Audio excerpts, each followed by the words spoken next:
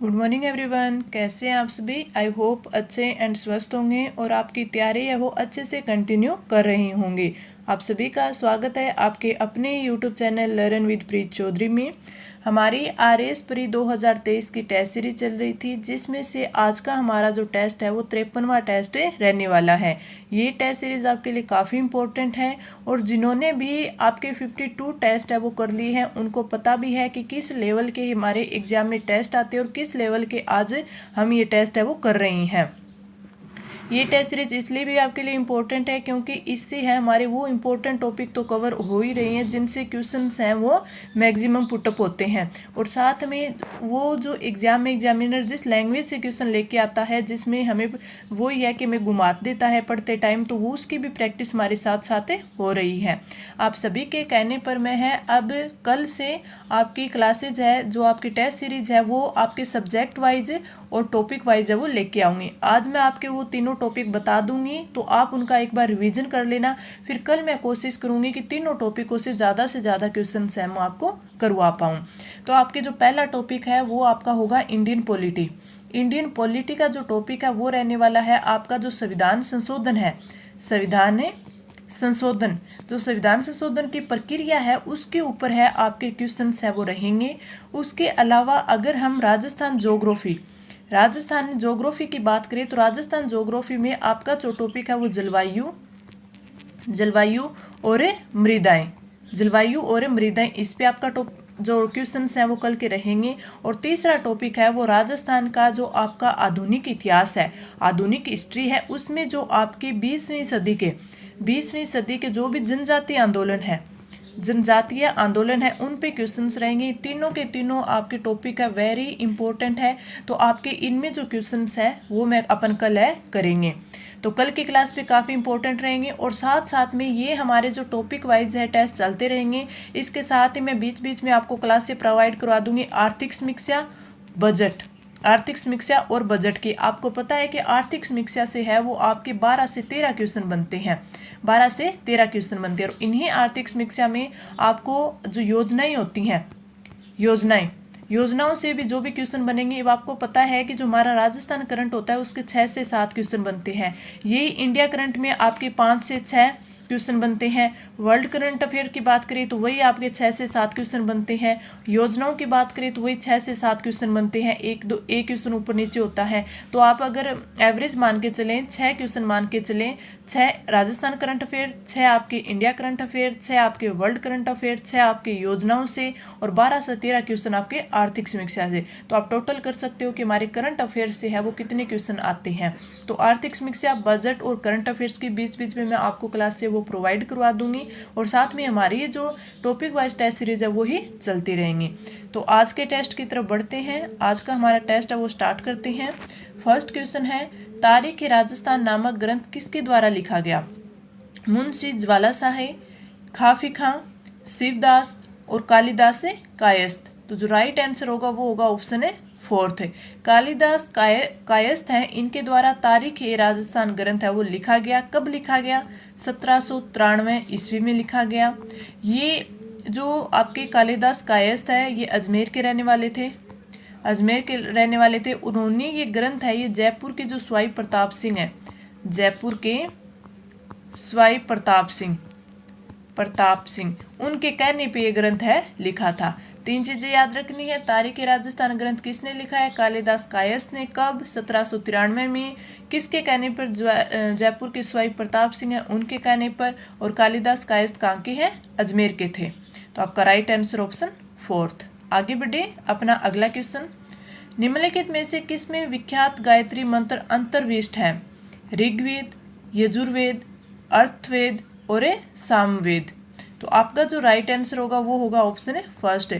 प्रसिद्ध गायत्री मंत्र है वो जो मंत्र है वो सावित्री को समर्पित है। एक चीज़ तो आपको ये याद रखनी, किसको? सावित्री को समर्पित है। गायत्री मंत्र है वो ऋग्वेद का मंत्र है और ऋग्वेद के जो सभी मंत्र है उनमें सबसे प्रसिद्ध मंत्र है वो कौन सा है? आपका गायत्री मंत्र है। और इस मंत्र को माता गायत्री का मंत्र भी कहा जाता है। माता गायत्री का मंत्र याद रखना है किसको समर्पित है? सावित्री को समर्पित है। वेरी इंपॉर्टेंट है, कई बार पूछ लिया जाता है। तो 3-4 चीज़ें आपको इस क्वेश्चन से रिलेटिव याद रखनी है। Right answer option first. आगे बढ़े, अगला क्वेश्चन है पांचालों के 5 कुल थे, निम्नलिखित में से कौन सा उनमें से नहीं था? श्रीन्याय, सृंजय, क्रीवी, तुर्वस और अनुस। तो आपका जो राइट आंसर होगा वो तो होगा आपका ऑप्शन फोर्थ। लेकिन पहले मैं पांचालों के 5 कुल हैं उनके नाम मैं आपको लिखवा देती हूँ। पहला क्रीवी, तुर्वस, तीसरा केसीन, चौथा श्रीन्याय और पांचवा आपका सोमक। इंपॉर्टेंट है, पांचों के पांचों आप नोट डाउन कर लेना। अगर पूछ भी ले, जैसे आज है ये 3, इसमें आगे 1 नहीं आया तो हो सकता है ये 3 है, एक ऑप्शन में आगे आपसे पूछ ले। तो ये पांचों के पांचों आपको याद रखने हैं। पांचालों के 5 कुल कौन थे से? क्रीवी, तुर्वस, केसीन, श्रीन्याय और सोमक। और इन सब का संबंध है वो किससे था? जो आपकी वैदिक कालीन जो जनजातियां थी उनसे था। वैदिक कालीन जनजातियों से इनका संबंध था। तो ये भी आपको थोड़ा ध्यान में रखना है। आगे बढ़ते हैं, अपना अगला क्वेश्चन। गुप्तकालीन दशावतार मंदिर है वो कहाँ स्थापित है? देवगढ़ में, भीतरगांव में, तिगवा में और नासिक में। तो जो आपका राइट आंसर वो होगा आपके ऑप्शन फर्स्ट, देवगढ़। जो आपका उत्तर प्रदेश है, उत्तर प्रदेश के जो अभी का ललितपुर आपका जिला है, ललितपुर। और पहले इसे क्या बोलते थे? पहले ये प्राचीन नाम इसका झांसी था। प्राचीन नाम क्या था? झांसी था। तो उत्तर प्रदेश के ललितपुर जिले में जो देवगढ़ स्थान है, देवगढ़ नामक स्थान से ये मंदिर है वो मिला है। तो यानी दशावतार मंदिर कहाँ पे है? देवगढ़ में है, जो कि आपके ललितपुर जिले में पड़ता है। इस मंदिर में जो गुप्त मंदिर होते थे, गुप्त काल के जो मंदिर थे, तो गुप्त मंदिरों की सभी विशेषताएं इस मंदिर से प्राप्त होती हैं। और यहाँ पे क्या दर्शनीय है? यहाँ पे जो मंदिर है, तो मंदिरों की जो दीवारें हैं, वहाँ पर जो शेषशाही भगवान विष्णु, नर नारायण, साथ में गजेंद्र मोक्ष इनकी प्रतिमाएं हैं। यानी वहाँ पर इनका है वो सुंदर दृश्य है वो उत्कीर्ण कर रखे हैं। तो आपसे अगर पूछ भी ले किस किस के दृश्य है वो उत्कीर्ण है, तो भगवान विष्णु के, नर नारायण के, गजेंद्र मोक्ष के। तो आपका जो राइट आंसर होगा वो होगा ऑप्शन फर्स्ट है। गुप्तकालीन दशावतार मंदिर कहाँ स्थापित है? देवगढ़ में, आपके उत्तर प्रदेश में। Right answer option first. आगे बढ़े, अपना अगला क्वेश्चन। इस साइड है वो लेखक दे रखे और इस साइड उनकी पुस्तक दे रखी है। हमें वो बताना है जो कि असुमेलित है। सबसे पहले देखिए अलबरूनी और चचनामा। तो आपका जो राइट आंसर होगा वो फर्स्ट ही हो जाएगा कि जो कि असुमेलित दिया हुआ है। अलबरूनी की जो पुस्तक थी वो थी एक तो तहकीक उल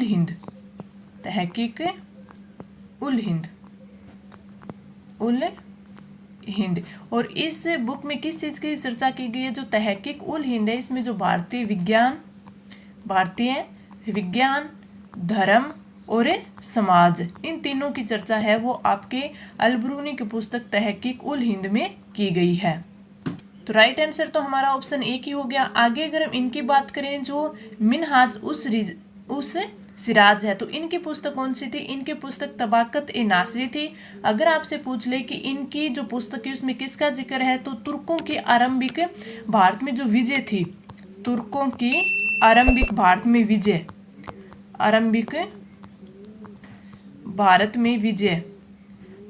विजय, तो इसका वृत्तांत ओनली फॉर ओनली है। कौन सी में मिलता है? तबाकत ए नासरी में मिलता है। तो इंपॉर्टेंट हो जाती है। अगर आपसे पूछ ले कि तुर्कों के आरंभिक भारत में विजय का एकमात्र वृत्तांत है वो किस पुस्तक में मिलता है, तो वो मिलता है तबाकत ए नासरी में, जिसके लेखक है मिनहाज उस सिराज। तो ये भी इंपॉर्टेंट बन जाती है। अगली बात करें फिरदौसी की रचना है शाहनामा, जिसमें मुगल काल का वर्णन मिलता है। अगले की अगर हम बात करें अमीर खुसरो, तो अमीर खुसरो की कौन सी है? नुह सिपहर है। इसमें अगर देखें तो इसमें जो हिंदुस्तान और उसके जो लोगों का अच्छा चित्रण है इसमें मिलता है। इसमें जो मुबारक खिलजी था,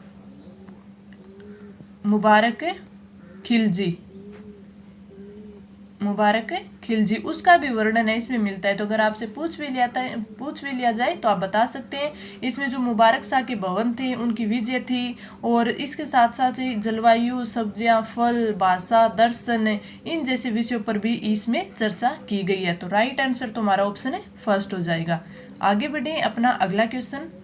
निम्नलिखित में से किस एक भवन में चतुष्केंद्रीय मेहराब ट्यूडर मेहराब का एक प्रमुख वास्तु तत्व के रूप में प्रयोग किया गया है?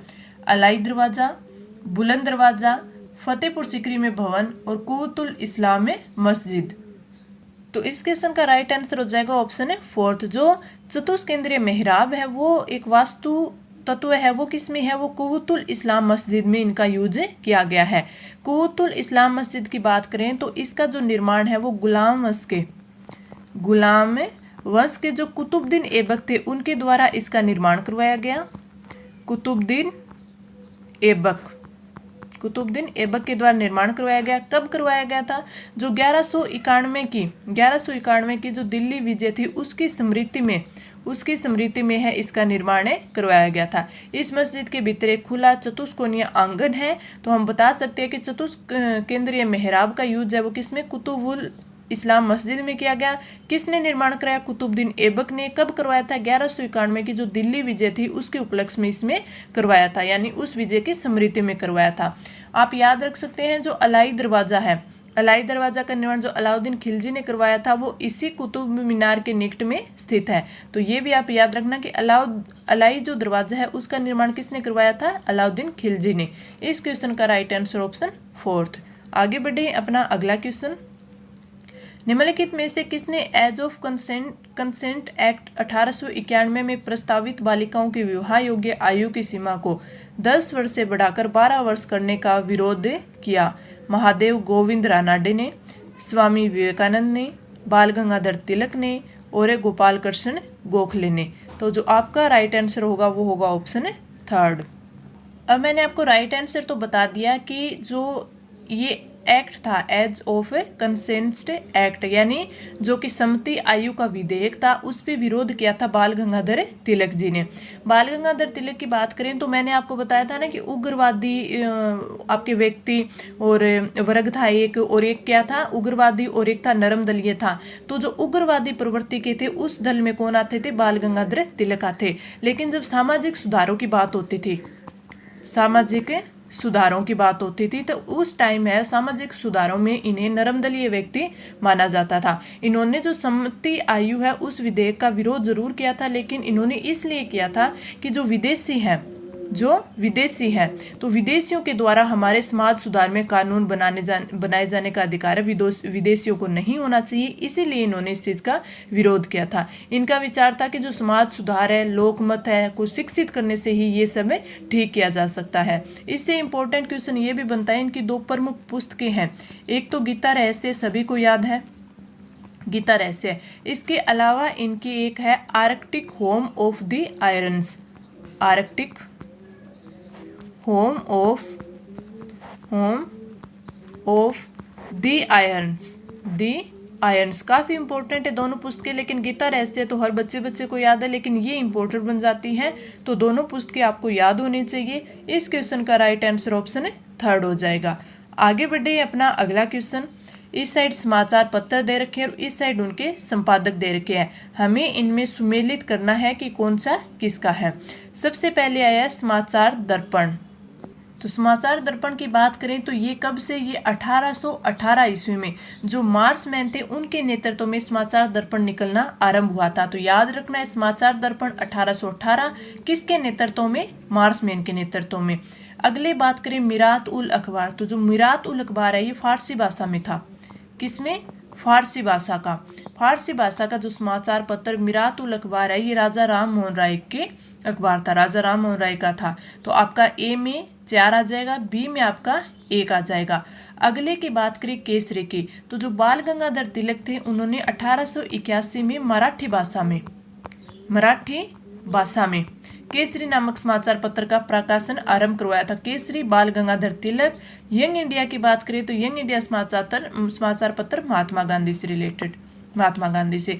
तो इनमें ये इम्पोर्ट बन जाता है कि जो मिरातुल अखबार है वो फारसी भाषा का था, केसरी है वो मराठी भाषा का था 1881 में, समाचार दर्पण 1818 में, और यंग इंडिया महात्मा गांधी। तो आपका जो भी नीचे ये कोट दिया हुआ होगा वो आपका बिल्कुल राइट आंसर हो जाएगा।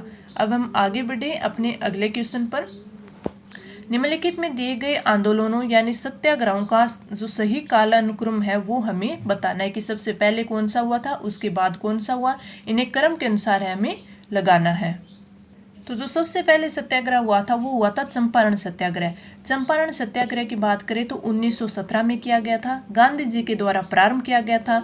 और क्यों किया गया था? जो चंपारण के गोरे बागान मालिक थे, गोरे बागान मालिक थे, बागान मालिक, तो ये जो बागान मालिक थे इन्होंने किसानों से एक अनुबंध करवा रखा था, किसानों से अनुबंध है वो साइन करवा रखा था। उसमें क्या था, इसके तहत वो किसानों को अपनी जमीन की जो 3/20 हिस्सा है उस हिस्से में नील की खेती करना अनिवार्य कर रखा था, कि 3/20 हिस्सा है उसमें किसान है वो नील की खेती ही करेंगे। और इस पद्धति को एक और नाम दिया गया है, वो है तीन कटिया।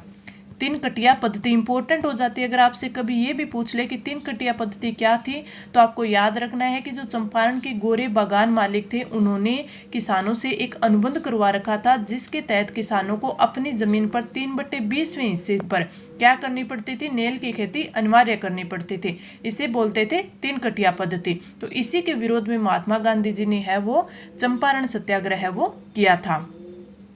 ठीक है, तो इसमें आपको याद रखना है कब, 1917 में। तो सबसे पहले ये आ गया। फिर आता है कि खेड़ा सत्याग्रह भी किसानों का आंदोलन था। ये कब हुआ था? ये हुआ था 1918 में। अगला रोलेट सत्याग्रह। तो रोलेट सत्याग्रह ये फरवरी में हुआ था, फैब कितने में, 1919 में। और खिलाफत आंदोलन का आपको पता ही है, ये कब हुआ था, ये जून 1919 में हुआ था। ये हुआ था जून 1919 में। तो आपको सबका पता चल गया। तो इनका क्रम हो गया, जो चंपारण सत्याग्रह वो 1917 में सबसे पहले, फिर खेड़ा सत्याग्रह 1918 में, रोलेट सत्याग्रह फरवरी 1919 में, और खिलाफत जून 1919 में। तो राइट आंसर हो जाएगा ऑप्शन 2। आगे बढ़े अपना अगला क्वेश्चन। अशोक के निम्नलिखित में से किस शिलालेख में 1 ग्राम के भू राजस्व में रियासत का उल्लेख है? लुम्बिनी का स्तंभ अभिलेख, सारनाथ का स्तंभ अभिलेख, गिरनार का शिलालेख, और सांची का स्तंभ अभिलेख। तो अगर हम बात करें कि अशोक ऐसा कौन सा शिलालेख है जिसमें 1 ग्राम के भू राजस्व में रियायत की बात की गई है, तो अशोक अपने जो अभिषेक था, अशोक का अभिषेक हुआ था, तो अभिषेक के जो 20वें वर्ष था उस टाइम ये लुम्बिनी गांव में गए थे। कहाँ पे? लुम्बिनी गांव में गए थे। और लुम्बिनी गांव में गए थे, और लुम्बिनी गांव में वहाँ उन्होंने पत्थर की एक दीवार बनवाई थी, पत्थर की दीवार बनवाई थी। और उस पत्थर की दीवार पर एक शिला स्तंभ है वो खुदवाया, या शिला स्तंभ है वो उत्कीर्ण करवाया था। लुम्बिनी में है वो भगवान बुद्ध का जन्म हुआ था, इसलिए उन्होंने लुम्बिनी गांव को मुक्त कर रखा था, कर मुक्त कर रखा था। तो ये चीज हो गई कि जो अशोक है वो अपने अभिषेक के 20वें साल है वो लुम्बिनी गांव में गए, वहाँ पे पत्थर की दीवार बनवाई और उस पर है वो एक स्तंभ अभिलेख है वो उत्कीर्ण करवाया। लुम्बिनी गांव है वहाँ पे उनका भगवान बुद्ध है उनका जन्म हुआ था, इसलिए उन्होंने लुम्बिनी गांव को कर मुक्त घोषित कर रखा था। उन्होंने केवल 1/8 भाग लेने की ही घोषणा की गई थी। तो भू राजस्व में रियायत बरती गई थी, किसमें? लुम्बिनी का स्तंभ अभिलेख में है, इसमें इसका जिक्र है। तो राइट आंसर ऑप्शन फर्स्ट हो जाएगा। आगे बढ़े अपना अगला क्वेश्चन। दिल्ली सल्तनत में निम्नलिखित में से किससे मुस्तौफी ए मुमालिक का कार्य संबंधित था? लेखा प्रशिक्षण, दान, न्याय और सेना। तो जो राइट आंसर होगा वो होगा ऑप्शन फर्स्ट। दिल्ली सल्तनत काल की बात करें तो उसमें जो मुस्तौफी ए मुमालिक ये है, ये महालेखा परीक्षक होता था। क्या होता था? महालेखा परीक्षक। इसका काम क्या होता था? इसका काम होता था हिसाब की जांच करना, हिसाब की जांच करना। और ये जो वजीर होता था, वजीर की सहायता के लिए होता था। तो हिसाब की जांच करना तो इसका काम होता था। अगर आपसे पूछ ले किसकी सहायता के लिए होता था, किसकी सहायता के लिए होता था, तो ये वजीर की सहायता के लिए होता था। किसकी सहायता? वजीर की। तो याद रखना, मुस्तौफी ए मुमालिक का कार्य होता था कि वो हिसाब की जांच करता था, वो वजीर की हेल्प कर देता था। और साथ में ही ये इसका जो पद का पद का नाम देख ले तो वो होता था महालेखा परीक्षक। तो राइट आंसर हो जाएगा ऑप्शन फर्स्ट। आगे बढ़िए अपना अगला क्वेश्चन। निम्नलिखित में से कौन सा संविधान सभा का संवैधानिक सलाहकार था? Doctor B R. Ambedkar, K M. Munshi, sir BN. Rau और टी.टी. कृष्णाचारी। तो राइट आंसर हमें पता है ऑप्शन है थर्ड हो जाएगा। संविधान सभा के संवैधानिक सलाहकार माने तो वो कौन से थे? Sir BN. राव। इनकी नियुक्ति की गई थी। इनके द्वारा ही वो तैयार किया गया जो संविधान सभा का जो प्रारूप था, यानी संविधान के प्रारूप पर विचार विमर्श के लिए संविधान सभा द्वारा 29 अगस्त 1947 को एक संकल्प है वो पास करके प्रारूप समिति का गठन किया गया था, जिसके अध्यक्ष कौन थे? Doctor B R. अम्बेडकर थे। तो राइट आंसर कौन सा? ऑप्शन थर्ड हो जाएगा। आगे बढ़िए अपना अगला क्वेश्चन। इस साइड वंश दे रखे हैं और इस साइड उनके संस्थापक दे रखे हैं। हमें बताना है कि कौन सा इसमें सुमेलित है वो नहीं है। वाकाटक वंश की बात करें तो वाकाटक वंश की स्थापना है वो विंध्य शक्ति नामक व्यक्ति ने की थी। किसने? विंध्य शक्ति व्यक्ति ने की थी। इस वंश के शासक है वो प्रवरसेन।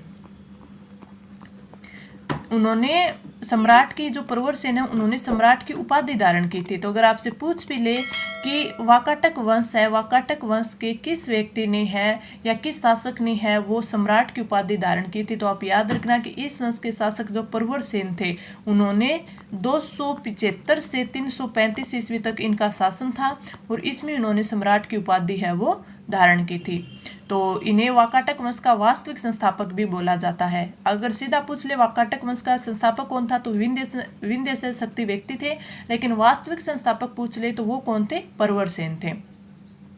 जो कालिदास ने जो मेघदूत की रचना की थी तो वो प्रवरसेन के दरबार में ही की थी। तो आप ये भी याद रख सकते हैं। अगर आपसे पूछ भी ले कि कालिदास ने जो मेघदूत की जो रचना की थी वो किन के दरबार में रहकर की थी, तो वो की थी प्रवरसेन के दरबार में रहकर। अगला हम अगर पल्लव वंश की बात करें तो पल्लव वंश की स्थापना है वो सिंह विष्णु ने की थी। बिल्कुल सही है। और इन्होंने अवनी सिंह की उपाधि भी धारण की थी। आपने एक संस्कृत का जो काव्य है, संस्कृत का एक आपने पढ़ा होगा किरातार्जुनीयम। इसके रचनाकार कौन थे? इनके भारवी सिंह विष्णु, जो इनके जो रचनाकार थे कौन थे? भारवी। वो सिंह विष्णु के जो आपके सिंह विष्णु हैं उनके दरबार में रहते थे। अगर आपसे ये पूछ भी ले कि संस्कृत का जो काव्य कीर्तार्जुनीयम है इसकी रचना किसने? भारवी ने की थी। किसके दरबार में रहते थे? तो ये आपके सिंह विष्णु के दरबार में रहते थे, जिन्होंने पल्लव वंश की स्थापना की थी। अगला अगर राष्ट्रकूट की बात करें तो राष्ट्रकूट की जो इन्होंने स्थापना की थी वो की थी दंती दुर्ग ने। और जो दंती दुर्ग है इन्होंने चालुक्य शासक जो कीर्तिवर्मन था उसे पराजित किया था। क्यों? क्योंकि ये राष्ट्रकूट के जो वातापी चालुक्य थे उन चालुक्यों के जो सामंत थे दंती दुर्ग, और उन्होंने क्या किया? 752 ईस्वी में चालुक्य शासक कीर्तिवर्मन को पराजित किया था और फिर है वो राष्ट्रकूट वंश की स्थापना की थी।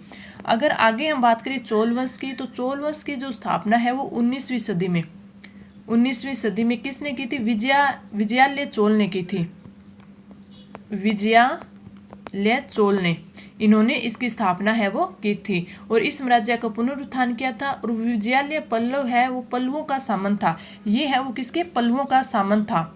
कौन है? विजयालय। ये पल्लवों का सामंत था, लेकिन इन्होंने पांड्यों को पराजित किया और तंजौर को अपनी राजधानी बनाया। तो आपको जो असुमेलित दे रखा है वो दे रखा है ऑप्शन फोर्थ। चोल की जो स्थापना है वो विजयालय ने की थी। Right answer option fourth.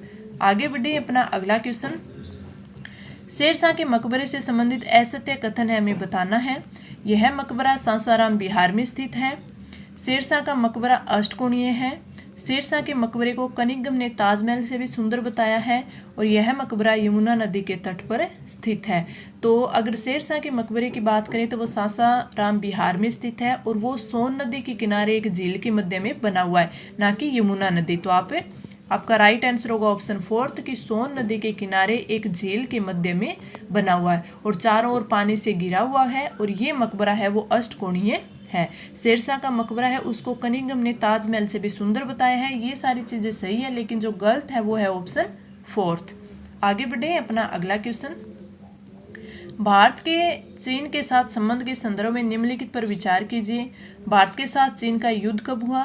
Dalai Lama का तिब्बत से प्रस्थान कब हुआ, बांडुंग सम्मेलन कब हुआ, पंचशील अनुबंध है वो कब हुए, इन सभी घटनाओं को सही काल के क्रम से बताना है। सबसे पहले अगर मैं बताऊं तो सबसे पहले आपके पंचशील जो अनुबंध है उस पर बात कर लेते हैं। अनुबंध ये 1954 का। उसके बाद बांडुंग जो आपका सम्मेलन है उसकी बात करें तो ये 1955 में। क्यों? उपनिवेश समाप्त करने की कोशिश थी। क्या थी? उपनिवेशवाद है, उपनिवेशवाद, इसे समाप्त करने की ये कोशिश थी। आगे अगर हम बात करें कि दलाई लामा का तिब्बत से प्रस्थान, दलाई लामा का तिब्बत से प्रस्थान, तो ये मार्च 1959 में हुआ था, मार्च 1959 में। और भारत चीन का युद्ध आप सभी को पता है कि अक्टूबर 1962 में हुआ था। तो सबसे पहले कौन सा आएगा? पंचशील अनुबंध यानी डी आएगा। तो आपका डी 2 में है तो आपका 3 और 4 तो हो नहीं सकता। उसके बाद बांडुंग सम्मेलन 1955 में यानी सी आएगा, तो आपका ऑप्शन फर्स्ट है वो सही हो जाएगा। उसके बाद आपका दलाई लामा का तिब्बत से प्रस्थान मार्च 1959 में, और फिर भारत के साथ चीन का युद्ध अक्टूबर 1962 में। तो राइट आंसर ऑप्शन फर्स्ट। आगे बढ़े अपना अगला क्वेश्चन। महाराष्ट्र में निमन जाति आंदोलन के प्रणेता कौन थे? ज्योतिबा फुले, नामदेव, गुरु घासीराम और तुकाराम। तो right answer option first Jyotiba Phule. मैं कोशिश पूरी करती हूँ कि मैं आपको आसानी से इजी लैंग्वेज में आपको अच्छे से समझा पाऊँ, और आई होप आपको अच्छे से समझ में भी आ रहा होगा। अगर फिर भी कुछ आपको समझ में नहीं आता है तो तुरंत आप कमेंट करके पूछ सकते हैं। आगे बढ़े अपना अगला क्वेश्चन। कंपनी की सुरक्षित घेरे की नीति, रिंग फेंस की नीति सर्वप्रथम किसने अपनाई थी? वॉरेन हेस्टिंग्स ने, लॉर्ड विलियम बेंटिंक ने, लॉर्ड डलहौजी ने और लॉर्ड केनिंग ने। तो right answer option first Warren Hastings ने। अगला क्वेश्चन। औरंगजेब ने हिंदुओं पर जजिया व तीर्थ यात्रा कर है वो कब लगाया था? 1678, 1679, 1663 और 1669। तो राइट आंसर आ जाएगा आपका ऑप्शन बी 1669 में औरंगजेब ने हिंदुओं पर जजिया व तीर्थ यात्रा कब लगाया था। मैं आपके लिए क्वेश्चन 2 टाइप से लेके आती हूँ। एक जो आपके वन लाइनर क्वेश्चन होते हैं, एक जो आपके लैंग्वेज में होते हैं, कई कथनों में दिए होते हैं, साथ में जो सुमेलित करने वाले होते हैं, और साथ में वो क्वेश्चन जो आपके असुमेलित दिए हुए होते हैं। तो इन सारे क्वेश्चंस का लाने का यही होता है कि आपको अच्छे से वो समझ आए। थोड़े क्वेश्चंस में आपके ज़्यादा है वो मैटर है वो आपका तैयार हो जाए, अच्छे से आपकी तैयारी हो जाए। आगे बढ़े अपना अगला क्वेश्चन। गौतम बुद्ध द्वारा भिक्षुणी संघ की स्थापना कहाँ की गई? मगध, श्रावस्ती, वैशाली और Rajgriha. Right answer option C Vaishali में की गई थी। अगला क्वेश्चन। आर्यों की सबसे महत्वपूर्ण एवं प्राचीनतम राजनीतिक संस्था कौन सी थी? सभा, समिति, विदत और गण। तो राइट आंसर ऑप्शन सी विदत थी। आर्यों की सबसे महत्वपूर्ण और प्राचीनतम राजनीतिक संस्था विदत। अगला क्वेश्चन। सिंधु सभ्यता का विस्तार है उत्तर से दक्षिण की ओर है। मांडा से देमाबाद, आलमगीर से मांडा, सूतकागेडोर से देमाबाद और देमाबाद से आलमगीर। तो इन्होंने पूछा है कि उत्तर से दक्षिण, उत्तर से दक्षिण, तो वो है आपकी मांडा से देमाबाद। तो राइट आंसर ऑप्शन फर्स्ट हो जाएगा।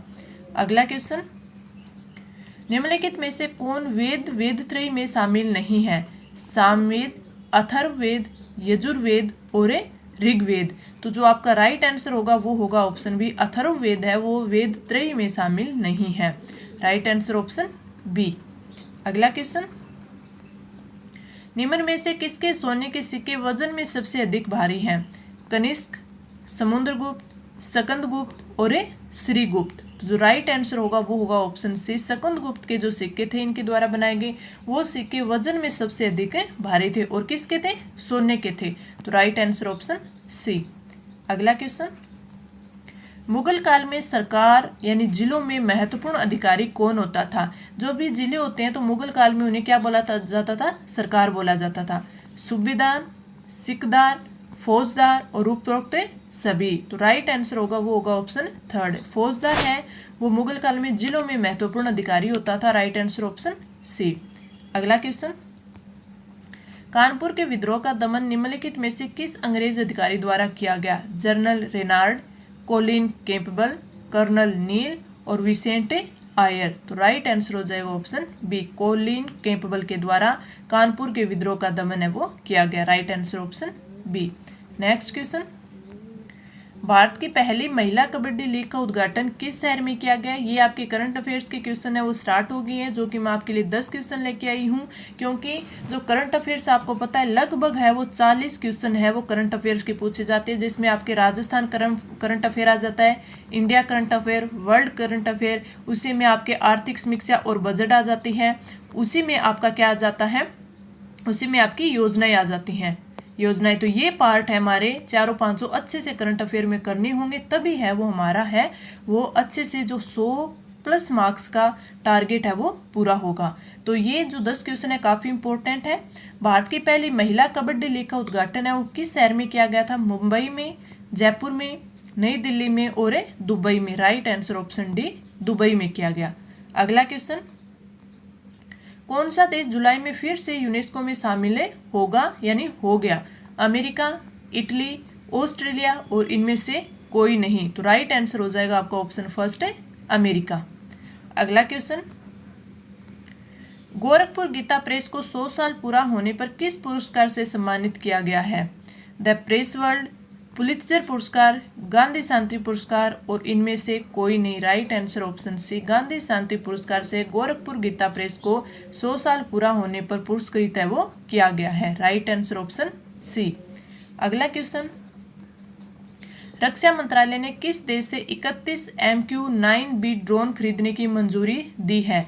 अमेरिका, रूस, फ्रांस और इनमें से कोई नहीं। Right answer option A, America से। रक्षा मंत्रालय ने अमेरिका से 31 MQ-9B ड्रोन खरीदे हैं। तो राइट आंसर ऑप्शन ए। अगला क्वेश्चन, CNG से संचालित देश की पहली टॉय ट्रेन कहाँ शुरू हुई है? हरियाणा, तमिलनाडु, राजस्थान और मध्य प्रदेश। तो right answer option C, Rajasthan. अब ये भी हो गया कि देश की पहली टॉय ट्रेन राजस्थान में किस चीज से संचालित है? CNG से। तो राइट आंसर ऑप्शन सी। अगला क्वेश्चन, कहाँ इतवारी रेलवे स्टेशन का नाम सुभाष चंद्र बोस के नाम पर रखा जाएगा? राजस्थान, महाराष्ट्र, उत्तर प्रदेश और Madhya Pradesh. Right answer option B, Maharashtra में। महाराष्ट्र में इतवारी रेलवे स्टेशन का नाम सुभाष चंद्र बोस के नाम पर रखा जाएगा। Right answer option B. अगला क्वेश्चन, हाल ही में नॉलेज शेयरिंग प्लेटफॉर्म किसने लॉन्च किया? इसरो, नाही, DRDO या इनमें से कोई नहीं। तो राइट आंसर आ जाएगा ऑप्शन ए, आपका ऑप्शन बी हो जाएगा, नाही ने। अगला क्वेश्चन, गृह मंत्री अमित शाह ने कहाँ बलिदान स्तंभ का उद्घाटन किया है? लद्दाख में, नई दिल्ली में, जयपुर में और श्रीनगर में। Right answer option D, Srinagar में गृह मंत्री अमित शाह ने बलिदान स्तंभ का उद्घाटन किया है। अगला क्वेश्चन, RBI के नए डिप्टी गवर्नर कौन बने हैं? सुधांशु पंत, S जानकीरमन, अमित अग्रवाल और उत्तम लाल। तो राइट आंसर हो जाएगा ऑप्शन है बी, S जानकीरमन। RBI के आपके जो नए डिप्टी गवर्नर कौन बने हैं? S जानकीरमन। अगला क्वेश्चन, और इस क्लास का हमारा last question, India's finance minister नामक नई पुस्तक किसने लिखी है? मनोज कुमार, AK भट्टाचार्य, KK सैलजा और गौरी खान। तो राइट आंसर आ जाएगा ऑप्शन बी, AK भट्टाचार्य। तो ये जो मैंने आपको इम्पोर्टेंट 35 क्वेश्चन करवाए हैं काफ़ी इम्पोर्टेंट है और आई होप आपको भी काफ़ी अच्छे लगे होंगे। तो क्लास कैसी लगी आप नीचे कमेंट करके ज़रूर बताना। कल के टॉपिक मैंने आपको बता दिया है, इंडियन पॉलिटी में आपका टॉपिक रहेगा कौन सा? संविधान संशोधन की प्रक्रिया। आपके राजस्थान ज्योग्राफी है उसमें आपका टॉपिक जलवायु और मृदाएं रहेंगी, और आपका जो राजस्थान आधुनिक हिस्ट्री है उसमें आपके 20वीं शताब्दी में जो जनजातीय आंदोलन है, ये 3 टॉपिक वेरी इंपॉर्टेंट है और मैं पहले वो टॉपिक आपको कवर करवाऊंगी जिनसे क्वेश्चंस हैं वो ज़्यादा बनते हैं। तो चलिए कल के क्लास में मिलते हैं, अच्छे से कल के क्लास को कवर करेंगे। आज की क्लास में इतना ही, धन्यवाद।